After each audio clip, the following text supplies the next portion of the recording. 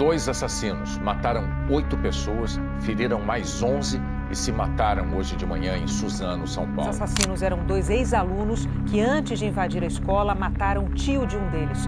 No colégio, eles mataram 5 alunos, 2 funcionárias e depois se suicidaram. Ele tem 13 e 14 anos. Qual é o nome dele? Marcos Antônio Rosa. Estava estudando? De manhã. Eu quero saber se ele tá bem só. Você viu o seu amigo levar 2 tiros? Ele sobreviveu? Não. Alguns crimes acontecem no impulso, em um momento de raiva, de descontrole. Outros, não. Alguns são pensados com calma e são planejados em silêncio, às vezes durante anos, enquanto todo mundo segue a própria rotina, indo para o trabalho, para a escola, vivendo a vida normalmente, sem imaginar que, em algum lugar, alguém já decidiu fazer algo que vai mudar tudo. Em 13 de março de 2019, uma quarta-feira aparentemente comum na cidade de Suzano, na região metropolitana de São Paulo. Na Escola Estadual Raul Brasil, a manhã começava como qualquer outra. Alunos chegando para a primeira aula e professores organizando o material do dia, nada parecia fora do lugar, até às 9h30 da manhã. Naquele momento, um carro branco estaciona em frente à escola e de dentro dele descem 2 jovens. Eles caminham em direção ao portão com uma tranquilidade que, para qualquer pessoa ali, pareceria completamente normal. Mas o que ninguém sabia é que aqueles 2 jovens estavam prestes a colocar em prática um plano que vinha sendo preparado havia anos. Minutos depois, o silêncio daquela escola seria interrompido por disparos. Quando tudo terminou, 8 pessoas não voltariam mais para casa naquele dia e o país inteiro tentava entender como algo assim pôde acontecer. Essa é a história completa do massacre de Suzano. Nesse vídeo, iremos contar quem eram os responsáveis, o que aconteceu nas horas que antecederam o ataque e as vidas que foram interrompidas naquela manhã. Mas uma pergunta permanece: como 2 pessoas chegam ao ponto de planejar algo assim? Guilherme Talci Monteiro cresceu em um ambiente familiar instável. Sem a presença constante dos pais e com a mãe enfrentando problemas com dependência química, ele acabou sendo criado pelos avós em Suzano. Desde cedo se tornou um jovem isolado, passando grande parte do tempo sozinho e encontrando na internet seu principal refúgio. Na escola, colegas afirmaram que Guilherme frequentemente reclamava de sofrer bullying, embora alguns relatos apontem que também provocava conflitos. Independentemente da versão, o resultado era o mesmo. Guilherme se tornava cada vez mais isolado. A pessoa mais próxima dele era Luiz Henrique de Castro. Diferente de Guilherme, Luiz teve uma infância aparentemente mais estável. A família o descrevia como um jovem quieto, educado e reservado, com poucos vínculos sociais fora de casa. Os 2 se conheciam desde a infância e passavam muito tempo juntos, principalmente em lan houses. Com personalidades semelhantes e poucas amizades, a relação entre eles acabou se tornando uma das conexões mais fortes que tinham. Com o tempo, começaram a surgir sinais preocupantes. Funcionários de uma lan house relataram que Guilherme chegou a usar um pingente associado ao nazismo. Em seus cadernos escolares, páginas que deveriam conter anotações de aula estavam preenchidas com desenhos de armas e frases ligadas a ideologias extremistas. Em um desses registros, ele escreveu que gostaria de causar mais vítimas do que no massacre de Columbine. Nenhum dos 2 recebeu o diagnóstico oficial de transtornos mentais, mas especialistas apontaram posteriormente sinais de isolamento extremo, comportamento antissocial e obsessão por violência. A pergunta que fica é: alguém percebeu esses sinais antes que fosse tarde demais?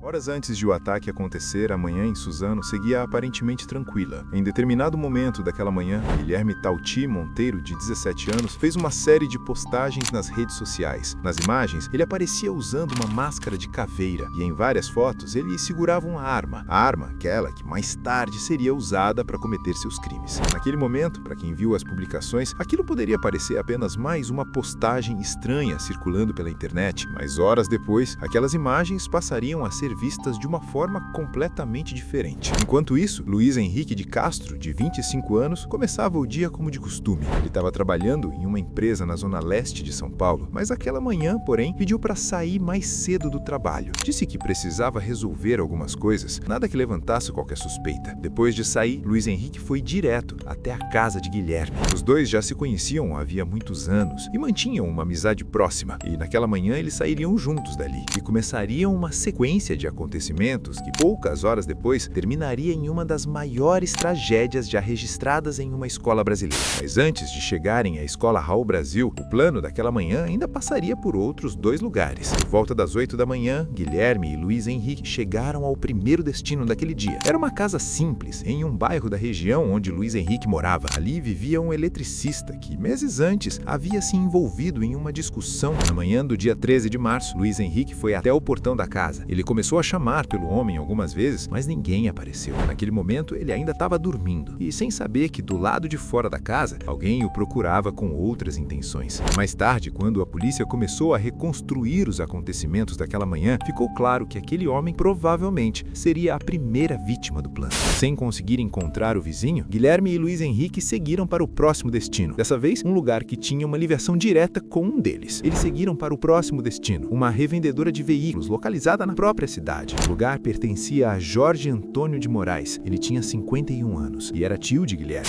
Naquela manhã, Jorge estava trabalhando normalmente no local e nada indicava que, poucos minutos depois, ele se tornaria a primeira vítima fatal daquele dia. Quando os dois chegaram à loja, Guilherme entrou no estabelecimento e em seguida disparou contra o próprio tio. Jorge foi atingido e caiu no local. Ele ainda chegou a ser socorrido e levado para o hospital, mas não resistiu aos ferimentos e morreu horas depois. Mais tarde, durante as investigações, a polícia apontaria que aquele ataque fazia parte de uma espécie de pacto entre os dois. A ideia era que cada um deles atacasse alguém com quem tinha algum tipo de desavença antes do plano principal. Depois dos disparos, Guilherme e Luiz Henrique deixaram o local e voltaram para o carro, mas o destino final daquela manhã ainda estava por vir, um lugar que mudaria a história daquela cidade para sempre. Antes da gente continuar para o que aconteceria na escola naquela manhã, se você está acompanhando essa história até aqui, aproveita para se inscrever no canal. Por volta das 9h30 da manhã, eles chegam em um Onix branco que parou em frente à Escola Estadual Professor Raul Brasil. Dentro da escola, o intervalo havia começado há poucos minutos e o pátio estava cheio de alunos. Do lado de fora, Guilherme desce do carro com arma escondida e carregando um caderno. Passou pelo portão como se fosse apenas mais um estudante chegando ao colégio e entrou normalmente no pátio. Foi quando então jogou o caderno no chão e sacou um revólver. Os primeiros disparos aconteceram ali mesmo, no pátio. A primeira pessoa atingida foi Marilena Ferreira Vieira, o mesmo, de 59 anos. Ela foi atingida várias vezes. Logo em seguida, Guilherme apontou a arma para Eliana Regina de Oliveira Xavier, de 38 anos, inspetora da escola, que também foi atingida pelos disparos. O som dos disparos rapidamente transformou o intervalo em pânico e os alunos começaram a correr em direção aos corredores e às salas de aula tentando fugir. Enquanto isso, do lado de fora, Luiz Henrique ainda estava dentro do carro. Ao ouvir os disparos e os gritos vindos da escola, ele saiu do veículo e correu em direção ao portão, carregando o restante das armas que faziam parte do plano. Assim que entrou no pátio, Luiz Henrique largou algumas dessas armas no chão e sacou uma machadinha. Nesse momento, diversos alunos tentavam sair da escola correndo. Ele chegou a entrar em luta corporal com uma estudante que tentava escapar, mas a jovem conseguiu se soltar e fugir. Em meio à confusão, Luiz Henrique começou a atacar estudantes que tentavam fugir. Em um dos ataques, um aluno foi gravemente ferido no ombro, conseguiu correr para fora da escola e pedir ajuda.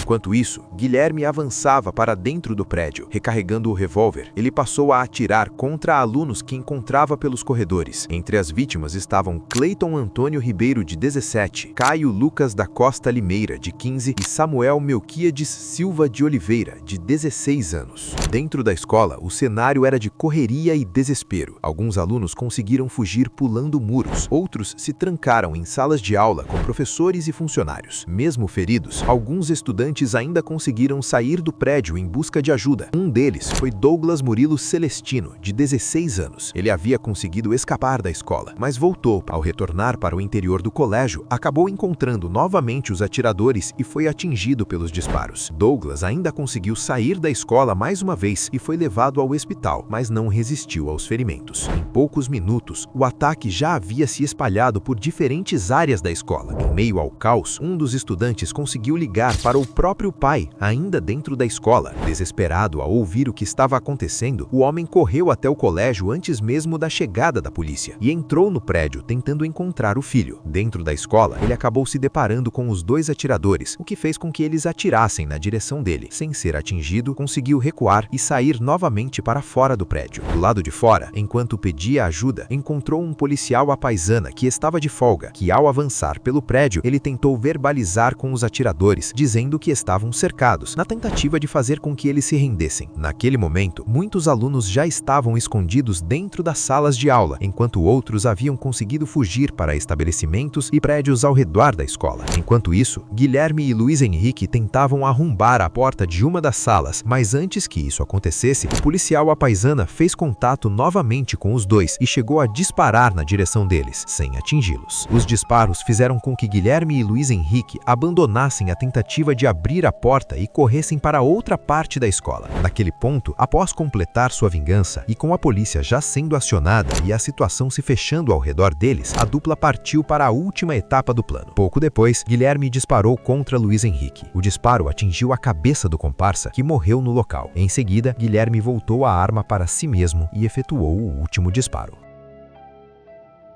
Minutos depois dos últimos disparos, as primeiras viaturas começaram a chegar à Escola Estadual Raul Brasil. A polícia isolou a área enquanto equipes de resgate entravam no prédio para socorrer os feridos e retirar os alunos que ainda estavam escondidos nas salas de aula. Do lado de fora, pais e familiares começavam a se reunir em frente à escola, tentando desesperadamente ter notícias dos filhos. Dentro do colégio, o cenário era de filme de terror. Equipes médicas atendiam estudantes feridos enquanto policiais avançavam pelos corredores para garantir que não havia mais ameaças. Pouco tempo depois, os agentes encontraram os corpos de Guilherme e Luiz Henrique, já sem vida, dentro da escola. O ataque à escola estadual Professor Raul Brasil não terminou quando os disparos cessaram. Naquela manhã, a cidade de Suzano entrava para a história de uma das piores tragédias já registradas em uma escola no Brasil. Ao todo, 8 vítimas, entre alunos e funcionários, além dos 2 atiradores, perderam a vida e outras ficaram feridas, muitas delas carregando marcas físicas e psicológicas